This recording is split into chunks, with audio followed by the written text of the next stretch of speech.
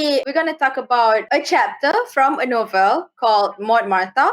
So this chapter is the 8th chapter entitled Home, written by Gwendolyn Brooke. I'm the discussion director. So I'm going to highlight the important moments of the story. So before I go on with that, I'm going to summarize a bit about the story. The main character is Maud Martha. She's a girl who's probably in her early teens. The chapter begins when she is sitting with Mama, her mother, and Helen, her sister, who is probably in her late teens. They're sitting in rocking chairs on the front porch of their house. They're waiting for Papa to come home from work. On that day, Papa was supposed to meet the mortgage company to try to get an extension on their payments to keep their house. That moment, they're feeling tense as they're thinking about what they'll do if Papa's request is rejected. Mama, being optimistic, she suggests that they might move to an apartment that is better than the house. But Martha and Helen know that that would be too expensive for them. And Helen says her friends might visit more if she lived in a better neighborhood,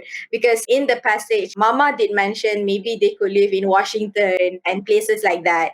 So when Helen and Mama said they would live in a better neighborhood, Martha still insists on how she really still loved the house, and she flashed back on how nice it was having a fire going in the fireplace during the winter, and that makes Mama and Helen sad. So Martha even said that losing the house would kill Papa because she believes that Papa loved the house so much. But then Helen contradicts her. Helen claims that Papa actually loves them, not the house. As long as the family is still with Papa, then he still lives. Mama also leaves the fate of the house in God's hands because she believes that wherever they go, they will always stick together. And then not long after that, Papa comes home, greets the family, and he goes inside the house, followed by Mama.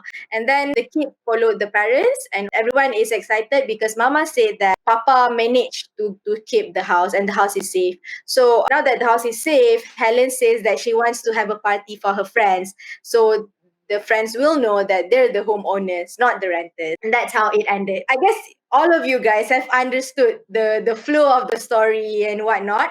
So I would like to know, what do you guys believe was the most important moment in this chapter? If I may start, I think the most important moment is when Martha recapped on how nice it is to have fire going during the winter at her house, because she portrays how meaningful the house is to them. And that actually changed Helen and Mama's mind and about moving to better neighborhood. So that actually showed how important the house is and how valuable the house is. So that is the part that I believe is important in this chapter. What about you guys? For me personally, I feel that this particular part of the chapter, it leads up to the end of the chapter, correct?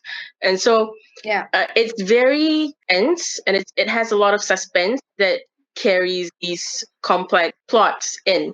So towards the end, it leaves you wondering, and then towards only the end, I think the value pops up, whereby for me, I see this particular situation to be something that's really important for all of us to remember. Because here in one of the paragraphs, it said, Mama finally exposed to the children or disclosed to the children about how the father had finally gotten the house to themselves, and that took a lot of hard work. And before that, there was a paragraph saying that he was with one shoulder down, and then he just like walked into the house very slowly. So that kind of showed how the father had sacrificed a lot, or who knows what he went through or talked about. And it may have put a rough impact on him. And so when Mama revealed that they finally got the house to themselves, it hit me like the responsibility that the parents had to carry in front of the children, because these kind of problems, you don't really expose it to the children that much, and you only handle it yourself as adult. And so I feel that this particular decision taken by the parents, it shows a lot of sense of responsibility that you have to portray to your children. So you don't really expose the problems at an early age to those of early age. So it's really important to note as adults. I have to agree with Faz as well. Like the way the parents handled the situation is very professional. They keep to themselves. The only thought they put in their kids' mind, you guys can stay comfortably in the house that has very sentimental value. So I feel like it's very professional the way they handle the situation. So the part that I think is the most important is when Helen changed the mind of the mother and the sister. Because Martha, you mean? When Martha recapped. just going to kill Papa. He loves this house. He lives for this house. Yeah. So Helen changed the mindset. Like, he lives for us. She portrays that, okay, he's actually, like, if he loses the house, it's fine. Yeah. As long as the family is with him. Mm-hmm. So that is the most important part. I think family is always important. Mm-hmm. For me, from my point of view, I would love the part where the father went to the home on a loan. It just like to make sure that they still have the house. I can relate to this situation because in Malaysia there is a lot of family like this, and also like you can see the love of the father and the love of the mother as well in this story. So you know that even when your family is down, but the only people with you is family. You don't have friends when you down because that what I see in this short story. Okay, so my role in this session would be the passage picker. So as the name entails, passage picker, I have to pick one passage that I like and based on the reasons that I think would appeal to why it interests me. And so in this short story, I have resorted to picking paragraph 9. So in this paragraph, it doesn't really tell much about the family, but more so about the conditions that they will possibly be in if they were to move and if they were not to move. So there's the town, and then there's also the place that they're at right now, in which they hope they would stay. So the way they describe it in this paragraph is very detailed, and it was brought to light despite using terms that are not necessarily dark to capture a somber or sad emotion. So, for example, one unique pattern that I see is that the writer, she used her visuals of looking forward into the future, into situations that are unnatural compared to how it is right now, which is natural to her because it's the countryside and it's more of, a nature induced atmosphere rather than being in the city. So there's one line in the paragraph that said, the birds on South Park were mechanical birds, no better than the poor court canaries and those rich women's sun parlors.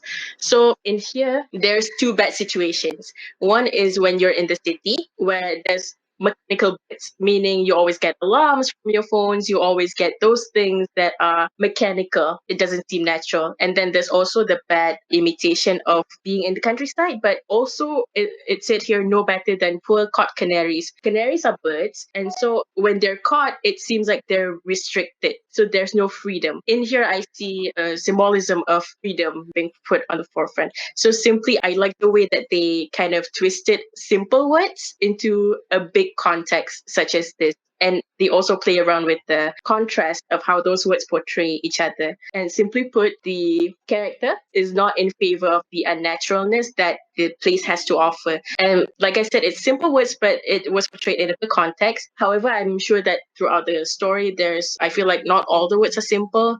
And so we still need to dive in that more. Yeah, also because we know how the family lives in a poor environment kind of living. So for the writer to portray a different view from what the family lives in, yeah, it is interesting. The choices of words are very I can see good. why class chose this paragraph, like paragraph 9.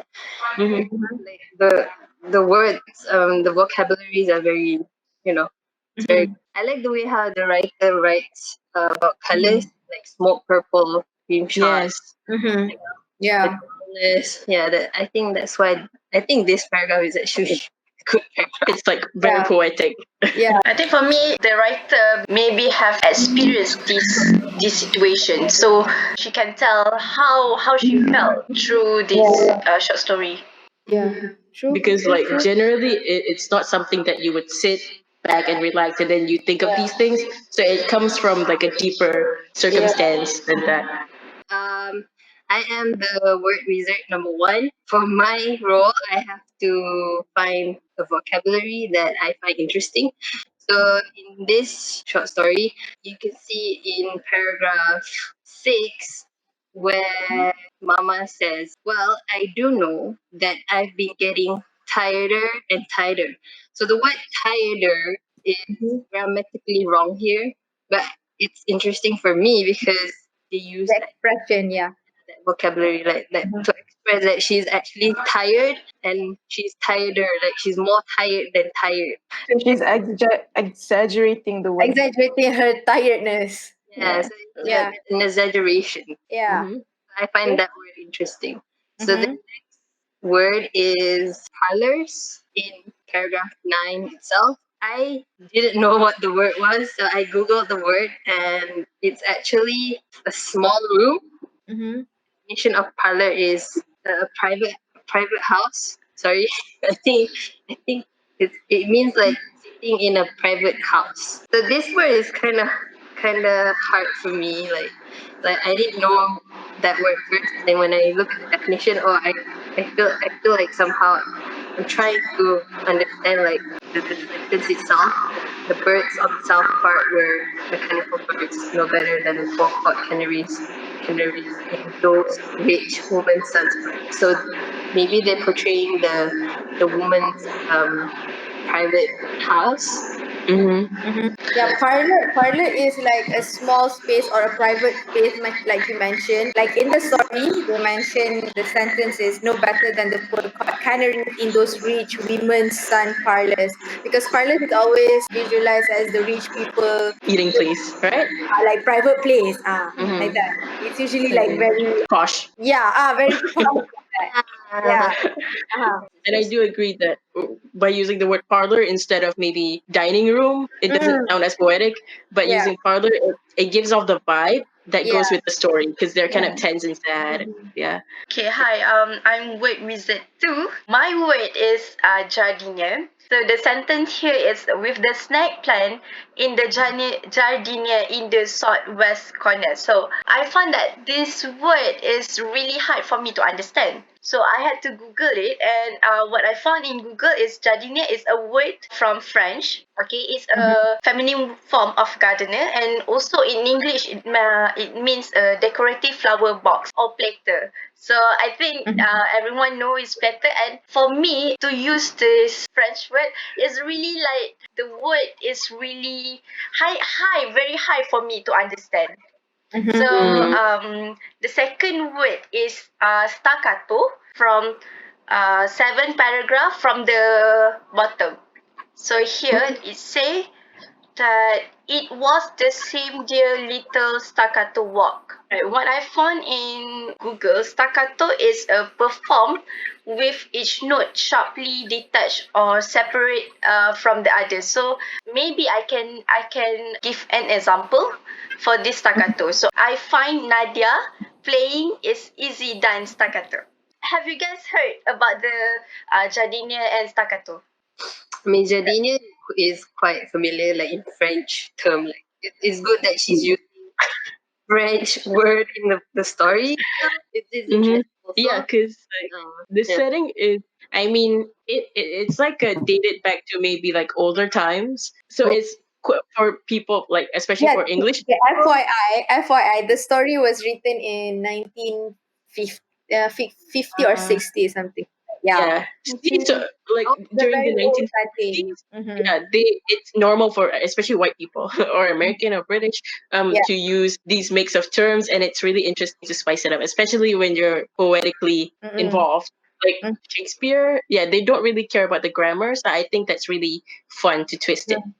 I'm the character sketcher for this particular session. Okay, so the character I chose is Helen. So Helen, I believe she's probably in her late teens, and she is a person who wants what's best for herself. Basically, she has a social circle that she has to cover, popularity that she has to match with her. She has this thing where she was a bit excited that probably she had the thought that they are moving from the old house To a better neighborhood.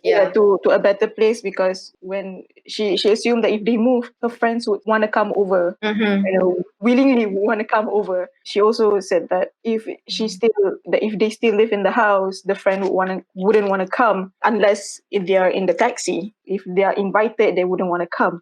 At one point, she found out that they get to stay in the house, feeling sad that she said that she would rather live outside of where she's living now. Really struck her that she puts her family aside, that she thinks more popularity instead of her family. At the end, she kind of realizes that.